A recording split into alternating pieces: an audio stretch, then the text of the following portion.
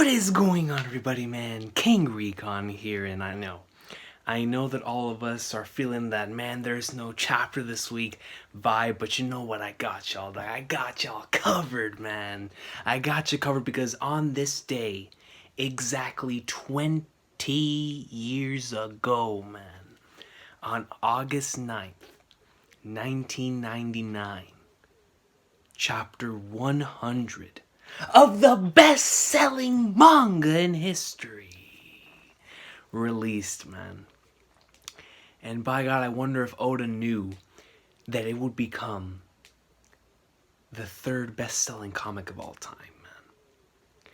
I truly do wonder if Oda would, at that point in time, have had even the slightest idea of how much this series would impact so many different people around the world in our beloved One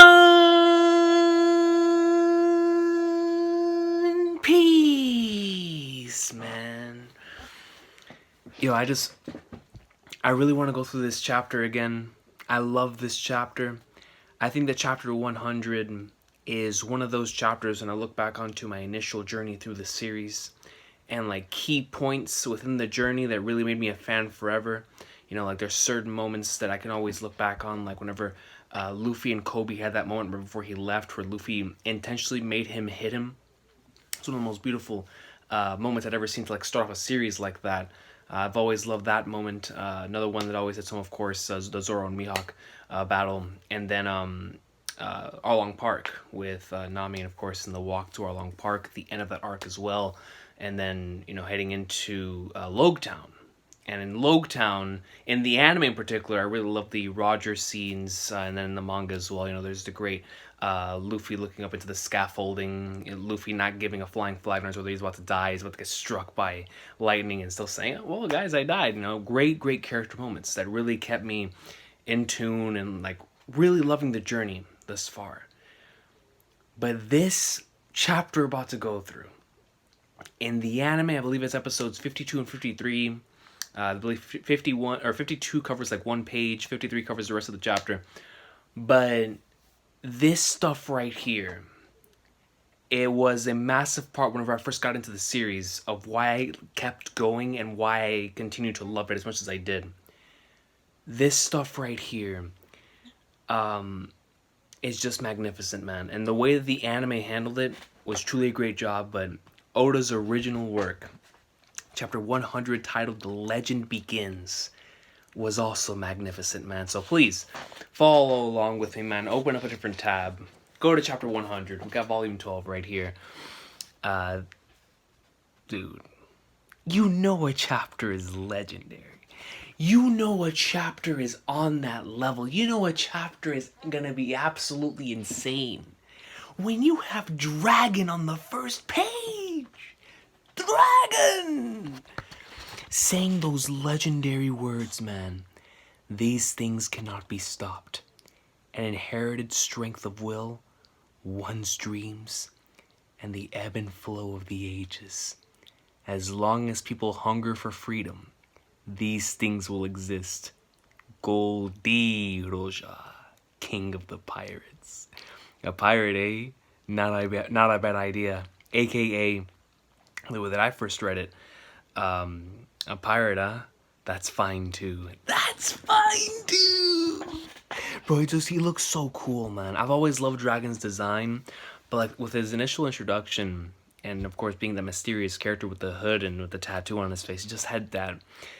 He just looks so beast, man. And he still maintains that for me too. And then of course we have that wonderful double-page spread, color spread, saying One Piece chapter 100 and the legend begins, and it shows all of the crew up until this point in time with the East Blue Squad, as we call them, with Luffy, Zoro, Sanji, Nami, and Usopp, and all of them together, and it looks great. It looks great. Overall, good vibes, you know, for chapter 100 of this series. One interesting little fact is that Oda. Logetown is much longer in the anime, and Logetown has some stuff that Oda himself wanted to include the Logetown arc in the anime has some stuff that Oda wanted to implement in the manga. But because Oda wanted 100 to be whenever they reached the Grand Line, or at least started to get to the Grand Line, leaving Logtown and all of them doing their speeches. He wanted that to be chapter 100. So because of that, he cut off a couple of things, and of course Toei was the one that filled in the time with some of the stuff that would later become iconic with Logtown, like the Roger flashbacks, and the little portions with like Usopp and Daddy the Father, and stuff like that, from the arc. That was actually a pretty good filler, at least for me. I enjoyed that filler. It made the experience much more memorable. But yeah, man, going back to the chapter, you see Buggy right here. Blast that cursed no good rubber boy. Captain Buggy, you're alive? Of course I'm alive. But bro, it's Buggy in a chapter, man. You know how much I want this, bro, to actually be taking place where we are. Like, you know how badly I want Buggy and Wano, just to see my boy chilling, going up in like somewhere, man. Red Nose gang. Like, you have Alvida. Buggy, those men are from Navy headquarters. If an officer shows up, we're in trouble. The Navy? I can beat them with my nose. You heard him? My guy Buggy is so goat and so OP. He's out here one-shotting dudes with his nose. Who's trying him? Let him know, Buggy. You saying I got a big red nose? I didn't say anything. That stretchy kid can't leave this island. He probably doesn't even realize his ship's been burned to ashes. We'll beat him up and then ship out of here. Here we go. Motor? Yes, sir, Captain. The chop car, bro. If I gotta get to the car, it's like, yeah. And then up in like swimming, like he's playing Need for Speed Underground and like customizing the features. You know what I'm saying? We're off to the West Harbor. Set up the ski slope. Yes, ma'am. No friction. And you see the rain falling down from the heavens, man, as they all continue to go through and troll. Don't let those pirates escape. Slip tracks. And here you have both Mario Kart Buggy and then Jet Set Radio Alvida going up in like swimming, representing the true goats from that era, and Crash Team Racing. Crash Team Racing was really good too. Diddy Kong Racing was great too, because of I was mainly on the PS1 side of things. At least for that era, like Crash Team Racing was my thing, and then like of course I had played the SNES version of Mario Kart, but Mario Kart 64, man, that junk changed everything, and I liked Mario Kart 64 more than I liked Diddy Kong Racing. It's just the way it works, man. Rainbow Road on Mario Kart 64 and the Wario track, goat stuff. That's some goat stuff right there. But anyways, what's up with all the smoke? White Auto. And then here you have my boy Smoker, bro, in a really, really nice panel of everyone being enveloped by his smoke. He's grabbing them all. He was such a menacing figure at this point in time, because of the way that fruits were here, and without there being hockey, Smoker seemed like an undefeatable antagonist at this point in time, and I loved that vibe that he presented, because earlier on the arc where he would have those little scenes where you would see the goodness in his heart, but at the end of the day he's just a dude carrying out his job. Not only did it make you interested in his character, because you wanted to know how it is that he became an officer in the first place, especially with the way that the government had been portrayed up until this point in time. It was weird seeing a character like Smoker, especially a character that OP and that strong. And to see somebody that strong, but with an actual good heart, but at the end of the day, he still wants to capture pirates because that's his job.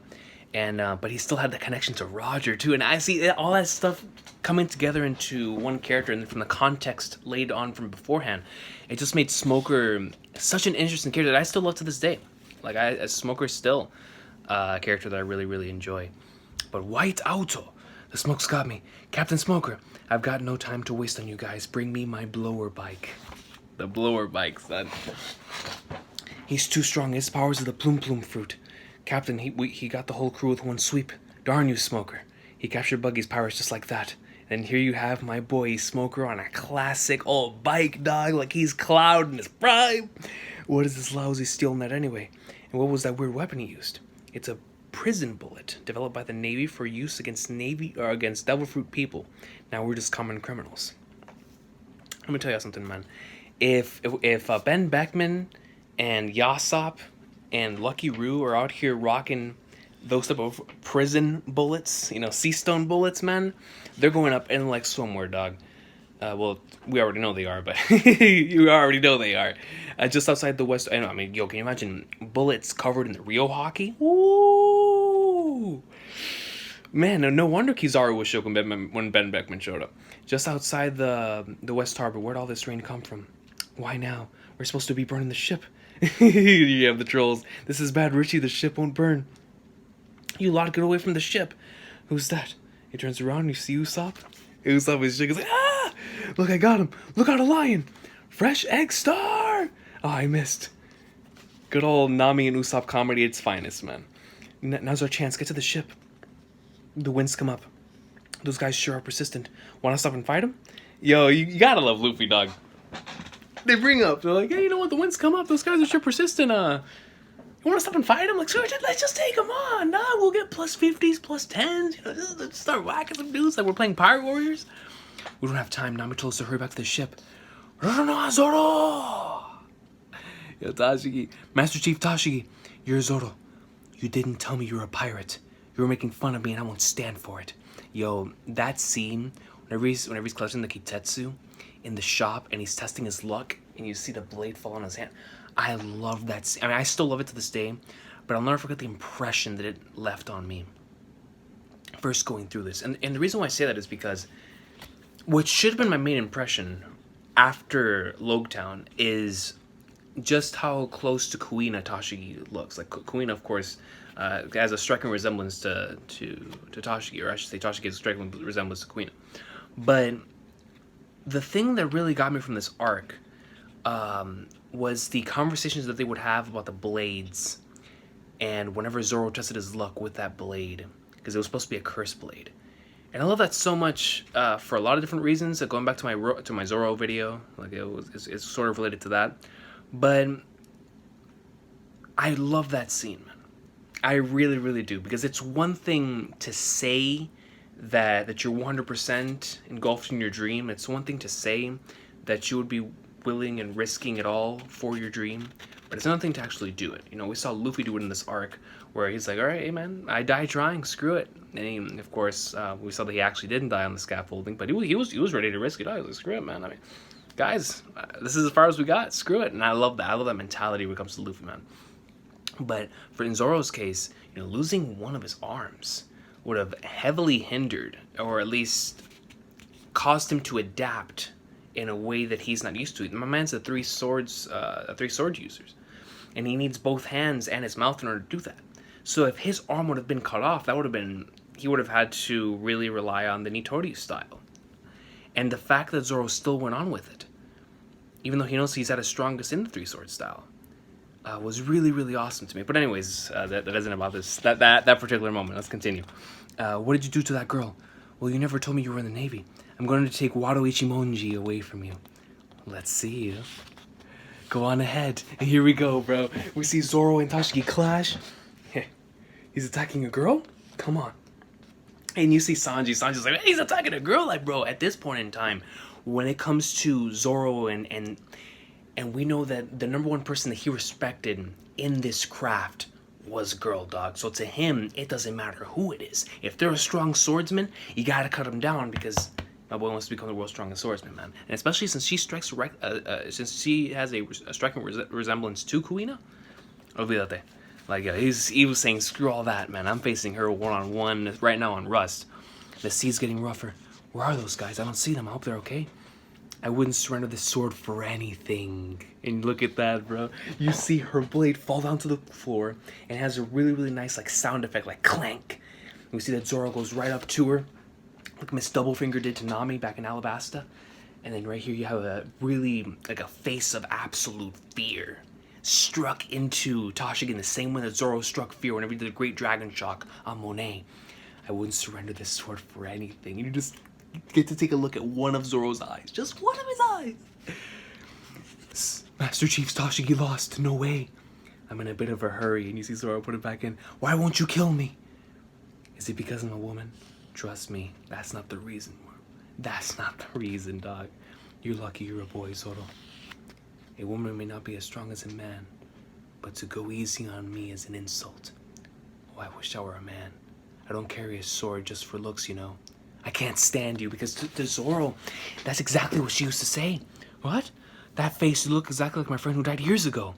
You even say the same thing. Stop being such a copycat. What's up acting like a child? The nerve, I'm not imitating anybody. I don't know what your friend was like, but I'm the one who's being wronged. She was the one imitating me. Why, you dirty chief? Hey, who's that guy? Not again. So it's you, Mugiwara no Luffy. Who are you? The name's Smoker. Captain Smoker of the Navy, bro. And I love just the atmosphere, man, and the way that the paneling has worked to truly show, you know, how devastating the storm is at this point in time. I mean, the wind is blowing, the rain's falling down. Like the situation is both drastic when it comes to the weather and for the fact that they have to outrun the Navy at this point in time, and Buggy and company. So I just love how the entire atmosphere fits into the whole scenario.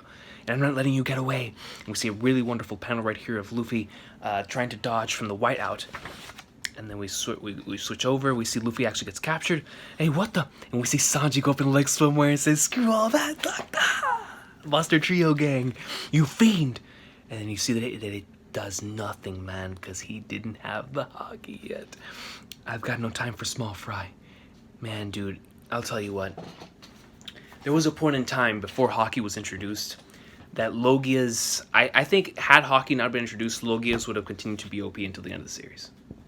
They would have, the only way that that a Logia would not have been the most OP at the end of the series. Well, actually, no, I don't know if I can really say that, because even if hockey wasn't introduced, with the mythical devil fruits being introduced, and what have you, like the ancient mythical fruits, which is Zoan types, there's definitely a lot of room for devil fruit versus devil fruit fights, or devil fruit versus devil fruit matchups that would have definitely still made it equal. And same thing when it comes to certain Paramecius, like especially when it comes to something like a Blackbeard that negates certain abilities and whatnot. So it definitely still would have been possible, 100%. But with hockey, it added like that entire new layer when it comes to the way that combat works in One Piece. And because of that, Logias were no longer as OP as before. And I wouldn't even just say Logias, I would just say fruits in general, of course. But especially Logias, because at the beginning of the series, with characters like Smoker, with a character like Crocodile, with a character like NL, you know, at that point in time, those characters seemed unbeatable because we didn't have hockey. And what I loved about it is that Oda forced Luffy to have to learn and adapt to certain situations and where he was to be able to handle the battles. I mean, of course, with NL, it just happened to be that Luffy was his natural enemy. When it comes to Crocodile, I love that part of the fight where Luffy's like, okay, since this guy's made of sand, I'm first going to go in like some more water. You know, and since the water, of course, he no longer had that massive botella de agua in the back after a while, he started using his own blood. And I loved little small things like that when it came to the beginning of the series. But of course, now with hockey, it makes the battles, to me, even more interesting than before. I mean, or if not the same level of interest, because like I said before, it seemed impossible. Now you just want to know how it is going to take place, and what certain techniques can be used, and maybe even connected with other techniques in order for the battle to succeed in a similar way to like the Katakuri battle happened, and what I'm going to assume is going to happen with Kaido, because you know, he's going to have to match to the Rio hockey. But regardless, let's get back into the chapter. White Fist. We see a Smoker strikes right towards Luffy. Luffy yells at Sanji, "Gomu gomu no Pistoru!" And we have a really marvelous panel right here, very similar to the one that Luffy had against Mihawk. Whenever Luffy was enraged in chapter 51 after Zoro lost to Mihawk, and Luffy stretched over towards Mihawk and slowly but surely like thrusted forward towards me. And it was like the way that Oda drew it was like the perspective of Mihawk looking at Luffy. So in this case, we see the perspective of Smoker, as Luffy has the Gomu Gomu no pistol, but it goes to the smoke. So we see like Luffy thrusting forward, or at least attempting to go forward towards Smoker. And as Smoker gets him from behind and says, "You're the one worth 30 million berries." And you see the sweat on Luffy's face, technically the rain. Here we go, one of the most legendary scenes in this arc, man. Smoker puts his head on the ground, bro. Grabs a straw hat. Da! Looks like your luck ran out, kid. Whose luck did you say? And Smoker looks up. He's mad shook and right there in the hood, bro, with the wind and the weather going crazy. Monkey D. Dragon, dog. You. What? Who? Who? And Luffy shook. He's like, who in the flying fighters is it? The government's after your head. The world is waiting for... I can't sit like this, bro. The world is waiting for our answer, dog. Wind blast. Goes right up in like storm where you see all... Everyone gets sent flying backwards. Luffy, run, we're gonna be trapped on the island. It's a humongous storm. Stop dragging your feet. What is it? What the heck is it? So is this what Nami was talking about? Go ahead, if that's your way. I love Dragon, man. Why are you helping that guy? Dragon. What reason would I have to get in the way of another man's voyage? That's such a legendary line, bro, especially coming from his father. You know, my man said, what reason would I have to get in the way of another man's voyage? Like, yo, 100% factual mindset, or at least a mindset that I can agree with. Because, you know, nothing's ever 100% factual. But that is a mindset that I agree with, man. Who am I to get in the man? What reason would I have to get in the way of somebody else's voyage, of somebody else's adventure, of somebody else's dream? What reason? Dragon greatness. And then we get a wonderful panel. And just how turbulent and insane the weather conditions are at this point in time. Well, of course, we get back to the ship. Luffy, hurry up! The rope won't hold much longer. Nami, I'm back. You gotta love Sanji, but that's the first thing he says. You slowpokes, hurry up and get on board. We're casting off. We're terribly sorry, sir. We lost Buggy's pirates when that big blast of wind struck. We're going after Strahd. Get to the ship. What? Are we going to hunt them down? We're heading for the Grand Line, dog. I'll never forget when Smoker said that. I was so happy. I was like, bro, we're gonna see Smoker in the Grand Line, like in the what do they call it? The pirates' graveyard. Good, I'm going with you. That Zoro won't get away with this. I'll capture him with my own hands. You gotta love how all that turned out. But the Grand Line is outside your jurisdiction. What will our superiors say? You don't tell me what to do. Go tell them that. Yo, one of my favorite Smoker moments, probably my favorite Smoker moment, is what he said at the end of Alabasta, man. One of the most beast lines I've ever heard, bro. To the Grand Line, hey, GOAT soundtrack, man. To the Grand Line! This is an excellent opportunity. I want to get even with that darn rubber boy, too. Let's go after them. How nostalgic. The Grand Line. Yo, hold on, man. Now that we're on this last page, I have to play it. Yo, go ahead. Let's all pause together for this read-through. I want you to go onto your YouTube browser or wherever it is that you're listening to your music, man. You know, open up a separate tab. We're gonna listen to the Grand Line, bro. We're gonna listen to the One Piece anthem, aside from, of course, We Are, is To the Grand Line. This is my soundtrack right here, man. And it just perfectly fits this chapter right here. So, To the Grand Line. All right, I'm gonna start it in 3, 2, 1. Let's jam. Dun, dun. All right. With that being said, yikes! The ship's about to capsize. There's a light. The island's lighthouse. That's the guiding light. Beyond that light is the entrance to the Grand Line, bro. Do y'all know how crazy that was at that point in time? Like, this entire journey, this entire adventure we had been through, getting everyone together, finding everyone, fighting for their freedom from their islands and the things that shackled them and chained them to those very places so they can go out and chase their dreams. And here we finally are. The Grand Line that we heard so much about is right in front of us. And Nami says, so what's it gonna be? You'll have chills, bro, this soundtrack. Do we have to do this in the middle of a storm? Okay, let's launch this ship into the great ocean. I'm gonna find the All Blue. I'm gonna be king of the pirates. I'm gonna be the world's greatest swordsman. I'm gonna draw a map of the world. And I'm gonna become a great warrior of the sea. And they all put their legs in the barrel. Grand Line, here we come!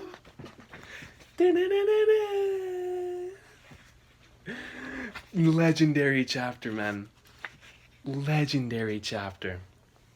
Truly one of those checkpoint chapters, or at least for me in my journey with the series, is one of those scenes that I look back on and be like, yo, that scene right there It was one of those things where I promised I'm seeing this journey to the very end, man. I'm seeing this journey until everything they said comes true. Let me go back and replay that scene, or that song right there. Here we go.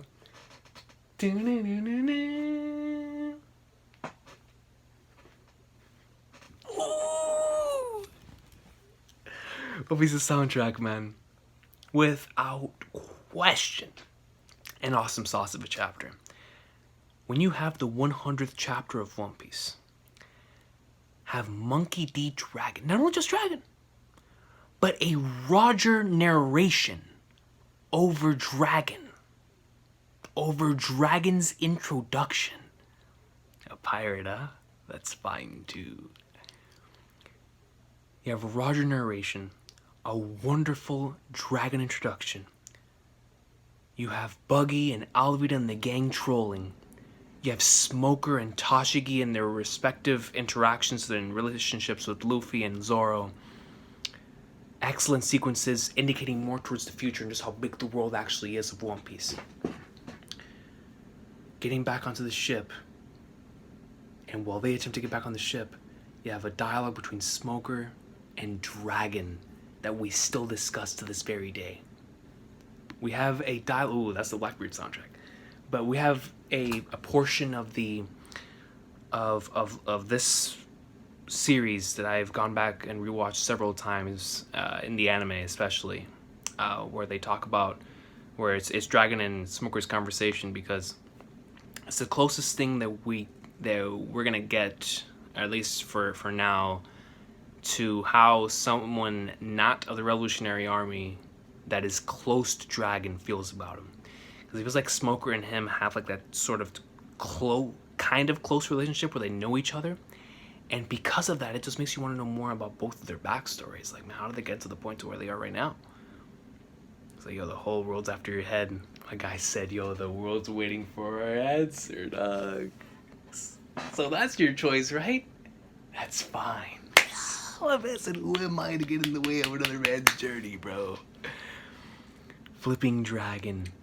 And in the midst of all of that, right after all of that awesome sauce goes down, and you have the lightning, the rain, the heavens, they're thundering, bro. It's like yesterday.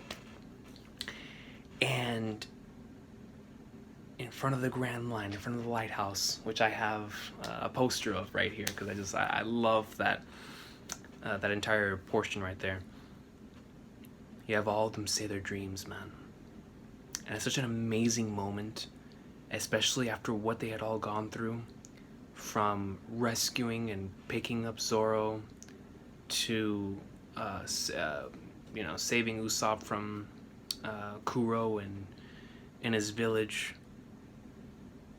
picking up the Mary, going and getting Sanji, and having Zoro having his situation with Mihawk, Nami leaving, Sanji accepting the fact that he truly wants to go and chase his dream, and leaving those that he loves behind, and then Luffy freeing the shackles that was chaining Nami to Arlong Park, to the point to where all of them, with 100% certainty in their hearts, said those words, that they are going to accomplish their dreams, man, before setting off into the next portion of their adventure, finally starting the true aspect of their adventure.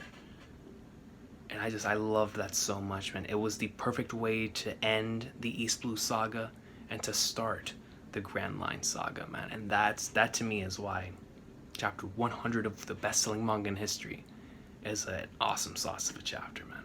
But let me know what y'all thought about the chapter down in the comment section down below. I hope everybody has an awesome sauce of a day. Can't believe it's already been 20 years since this chapter came out. 20 years. Legendary stuff, man. But I hope all of you have a great one. Peace out. One Piece greatness. And I hope that at the very least, watching this video was able to ease your pain a little bit when it came to not having a chapter this week, man. Hope y'all have a good one. Stay blessed. Dragon greatness. But above all, Straw Hats putting their feet on the barrel and announcing their dreams, man. To the tune of To the Grand Line greatness, dog.